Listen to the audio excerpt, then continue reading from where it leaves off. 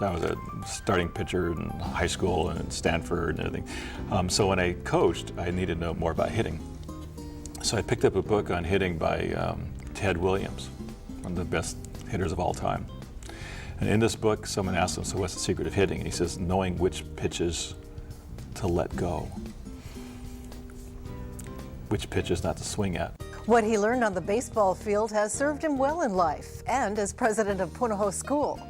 More from Dr. James Scott next on Long Story Short.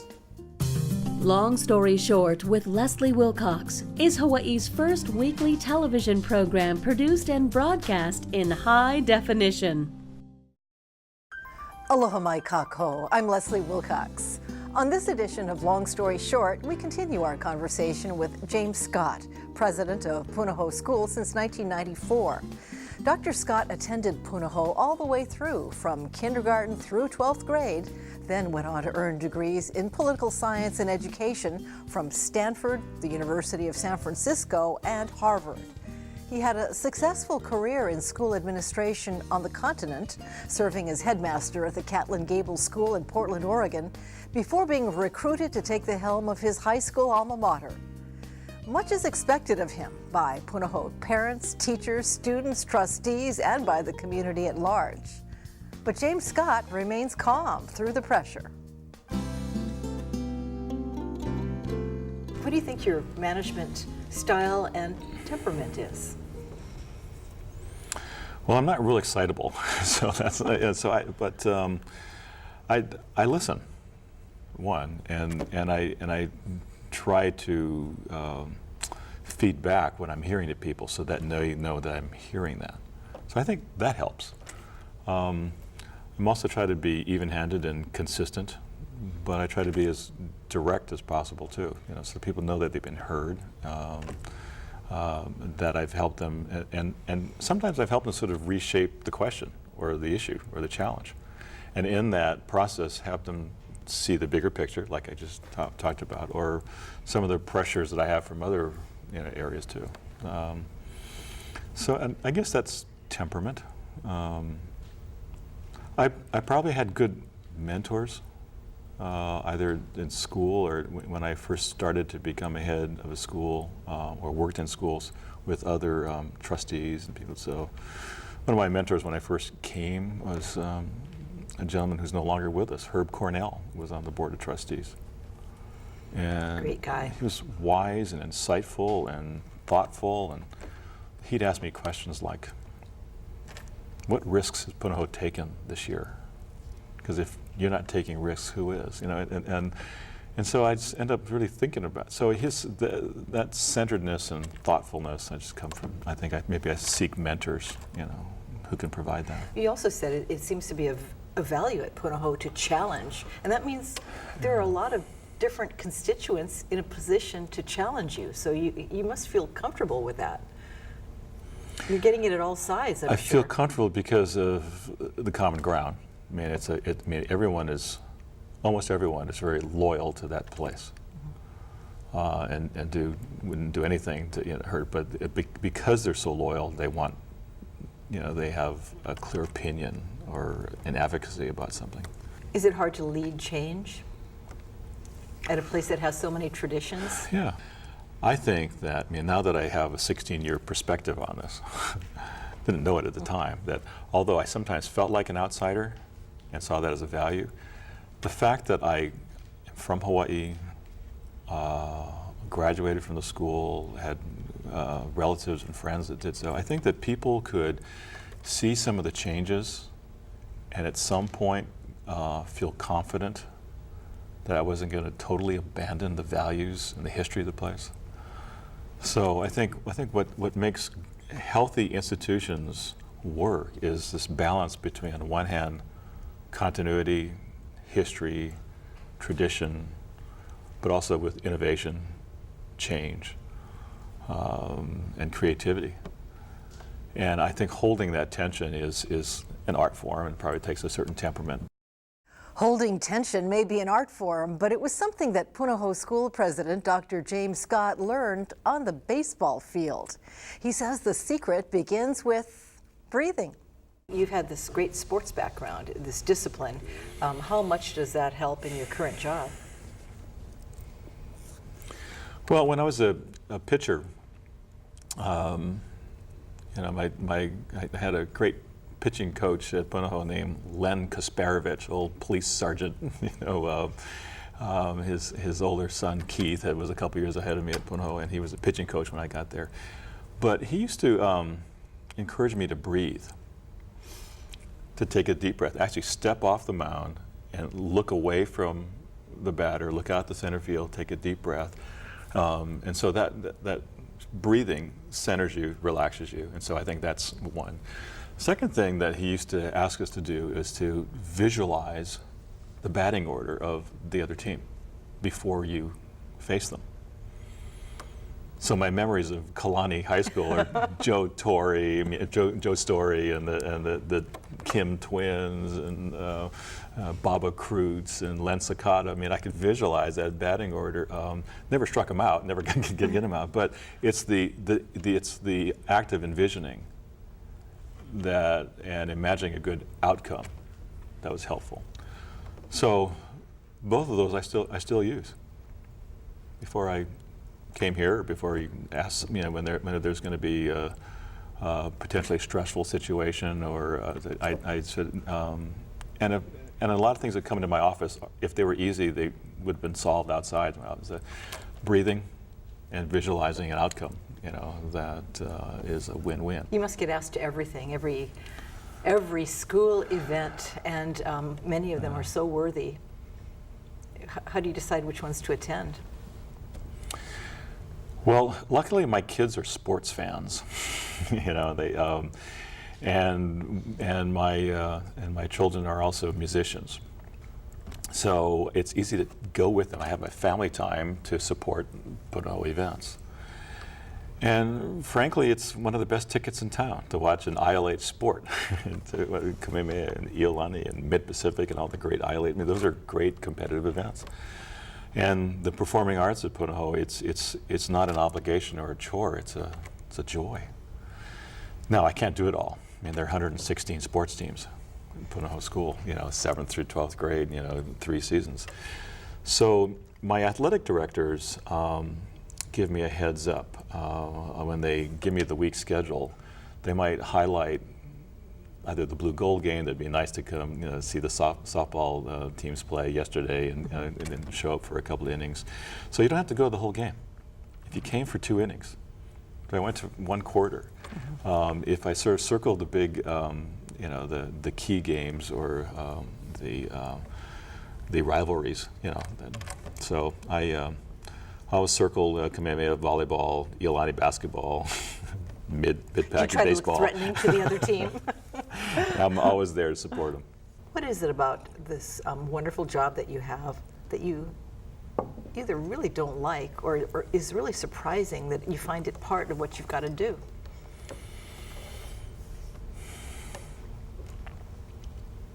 There's very little that I don't like or find surprising. I mean, there are a lot of heads of schools or heads of nonprofits that find raising money challenging or something that they didn't think was going to be coming at them all the time. I enjoy asking people for money because it's a chance for me to talk about the school, and giving money to a charity and hopefully giving money to Punahou is something noble.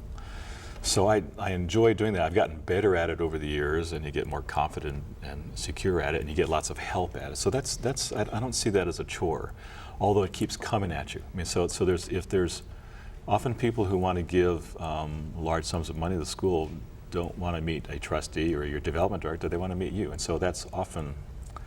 And I'll go wherever they are in the world or the country or in the island to go see them. So that's challenging. Are you a good closer? Yes.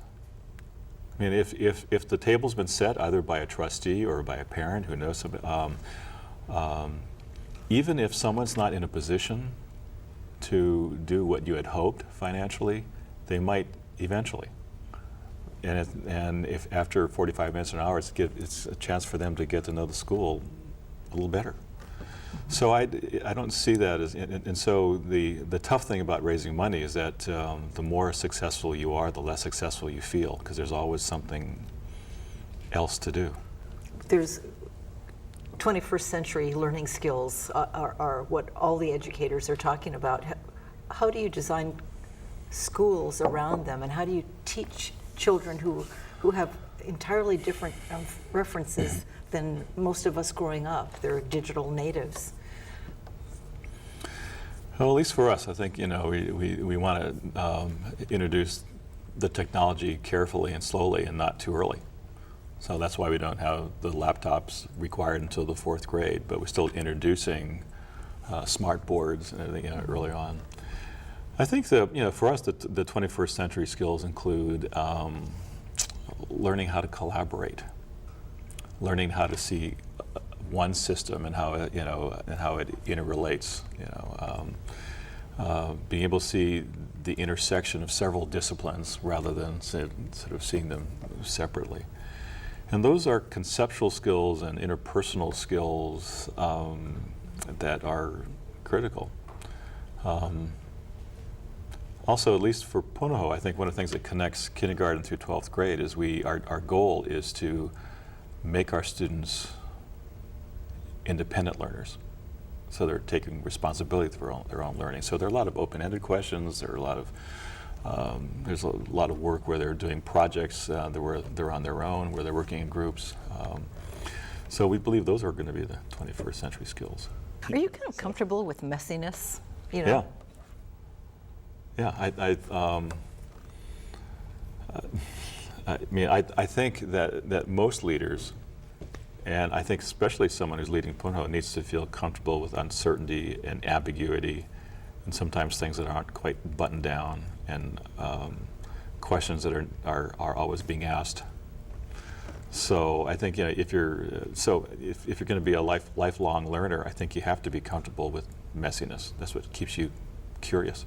It's actually exciting and energizing rather than defeating and discouraging. Now, the older the kids get, the harder it is to get people who teach disciplines to think outside their disciplines. That's been challenging, but that's challenging for the universities, especially for the high schools, and a little bit to some extent with the middle schools. So, you know, getting teachers to understand that they are not their subjects, that they're not creating just little linguists or little mathematicians or scientists, but creating or helping kids to see the intersection of all those disciplines, and that creativity exists at the intersection of disciplines. So, just to give an example, we had a course in economics that was required of seniors for like 50 years, half course.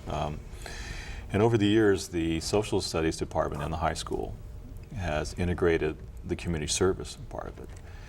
But just in the last 3 to 5 years has reshaped the economics requirements so that they've decided, you know, what are the 7 to 10 principles of economics we're going to teach, and how do we use them to teach globalization or sustainability or social entrepreneurship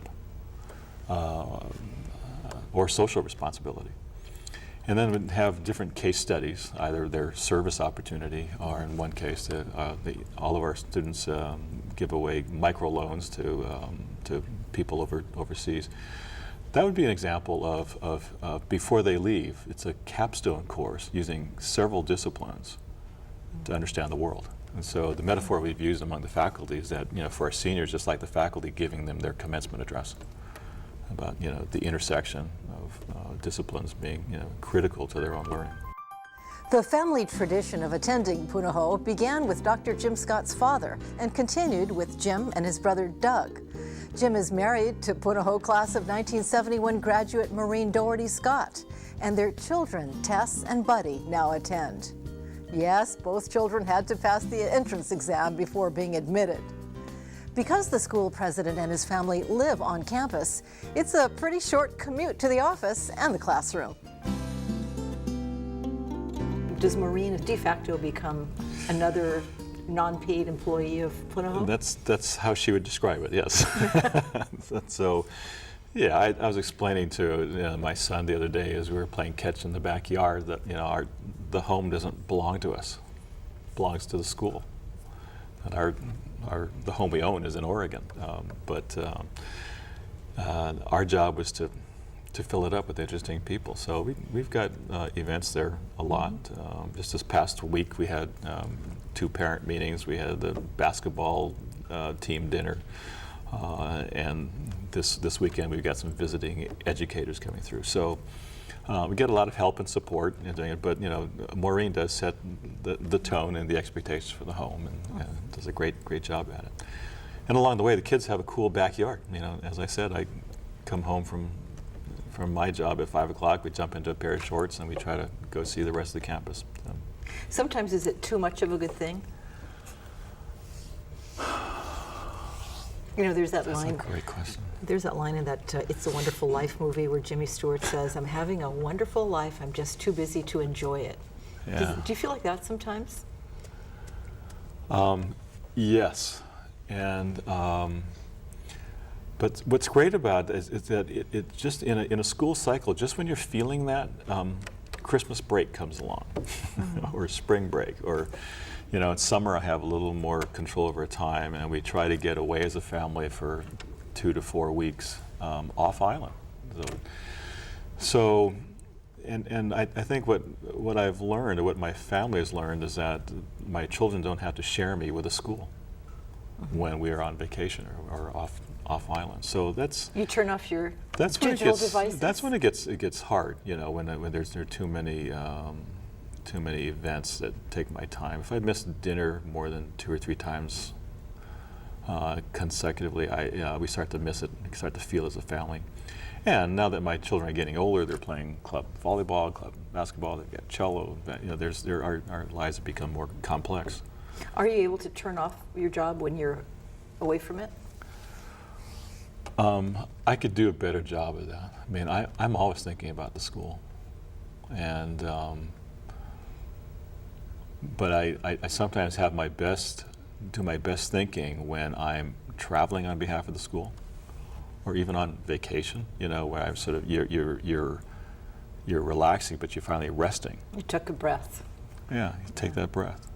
You mentioned that much of your job is strategy, and so I take it that you're a risk manager. You're out there looking for risks to Punahou. What are they? Well, I think sometimes the risk is kind of the part of the noble vision. It's a very idealistic place. I believe that if you're admitted to Punahou, you should be able to come there regardless of your financial circumstances. And I think I got that from my father because he was a financial aid recipient. My brother and I were able to attend the school because of the generosity of others in the school. So with the support and leadership and generosity of the trustees, we've been able to grow the endowment. We've been able to adjust the operating budget. So we've been able to do that in the last 5 years. And the way we measure that is that everyone who applies for financial aid, there's a calculation about what your financial need is. And our goal as a school is to be able to fund 100% of that demonstrated need. So most colleges and universities, most independent schools, that's their noble vision. That's a risk. It's hard. It's what's able to keep us selective, but at the same time, especially in these times. I mean, I'm about to, we passed the tuition for this next year. What is it? It's 17 now, isn't it? It's 17.3. Next year it's going to be 17.8. So tuition is going to go up 2.9%, $500.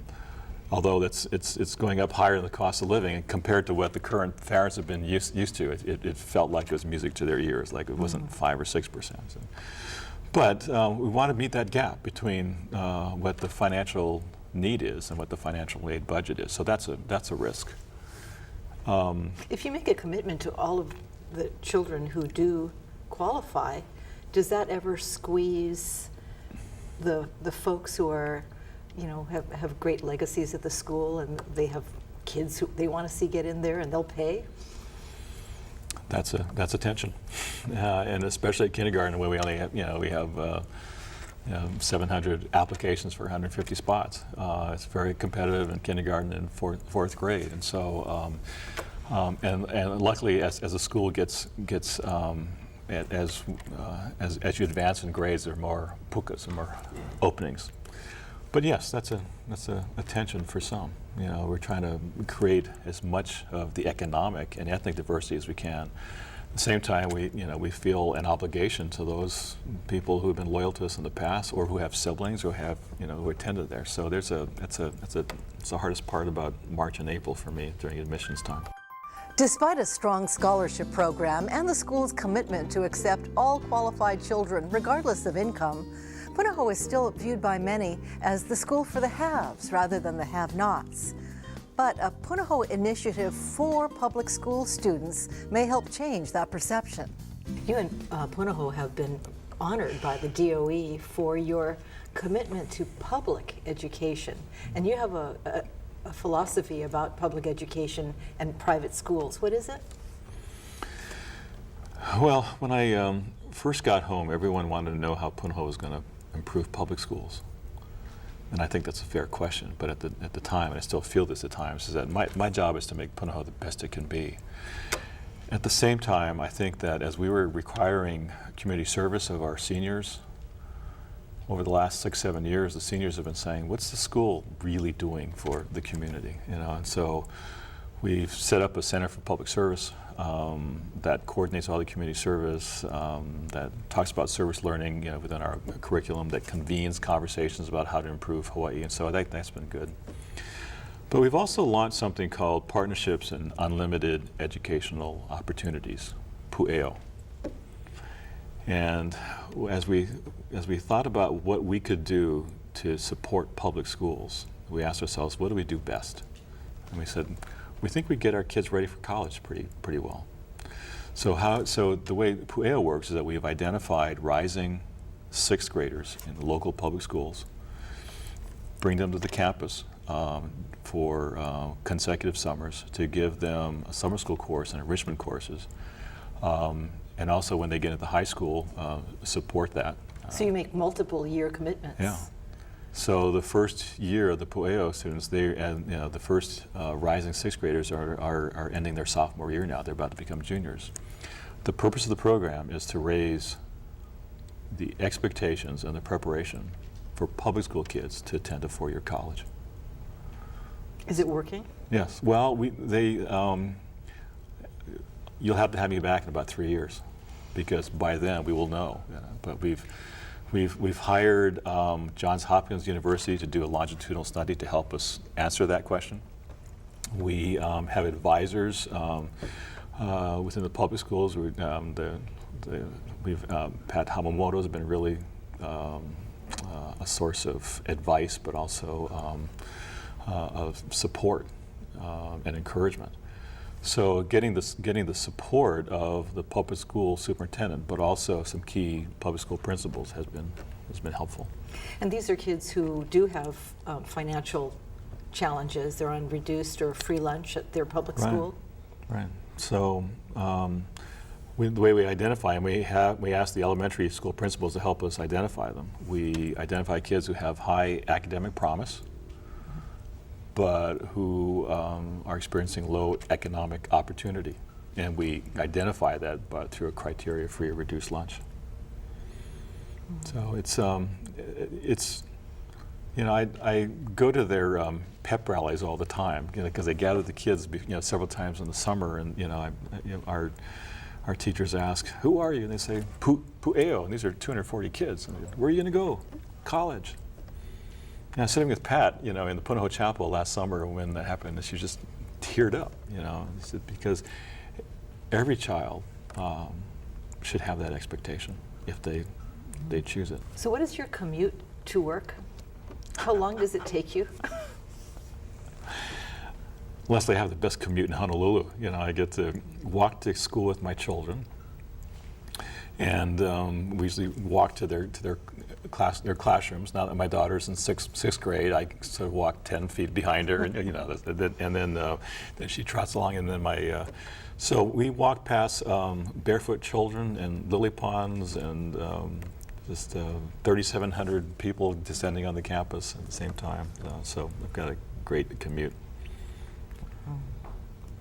Great commute, but huge weights to carry. Yeah. Well, this is my 16th year, and when I was first hired, the trustees kept asking me how long I was going to stay. and I knew my predecessor had been there for 26 years and his predecessor 24 years, and I couldn't do that. I couldn't guarantee that. And I said, what I'd like to do is give it 10 rigorous years, after which the board would decide and I would decide separately whether it's a good match. And so after 10 years, we were raising money for the Case Middle School, so it wasn't an opportunity to leave. So, but in 2006, I took an extra month in the summer, and they gave me a chance to do a fellowship at Columbia University for a month to really think about the next 12 years. And I feel like I came back ready to sign up. So if Buddy's in the 4th grade now, that means he graduates in 8 years. I feel like I'm running out of time. In eight years, I'll be 66 years old and trying to figure out how to pay for college and retire at the same time. But I can now see how someone is able to stay in this job for 24 years. It's not that it's easy, but you have a chance to reinvent yourself because Punahou is just always reinventing itself. This long story short conversation took place in 2010 with Punahou School President James Scott, a master of balance, the varsity baseball player who always takes the time to breathe and who knows which pitches to let go. I'd like to thank Dr. Scott for sharing his philosophy on education, management, and life. And I'd like to thank you for joining us on Long Story Short. For PBS Hawaii, I'm Leslie Wilcox. Ahui ho kako. For audio and written transcripts of this program and all episodes of Long Story Short with Leslie Wilcox, visit pbshawaii.org. Do educators tell jokes about the business? Well, we tell jokes about Punahou alums. How many Punahou alums does it take to screw in a light bulb? How many? It takes 7. It takes 1 to screw in the light bulb and 6 to reminisce about the old one.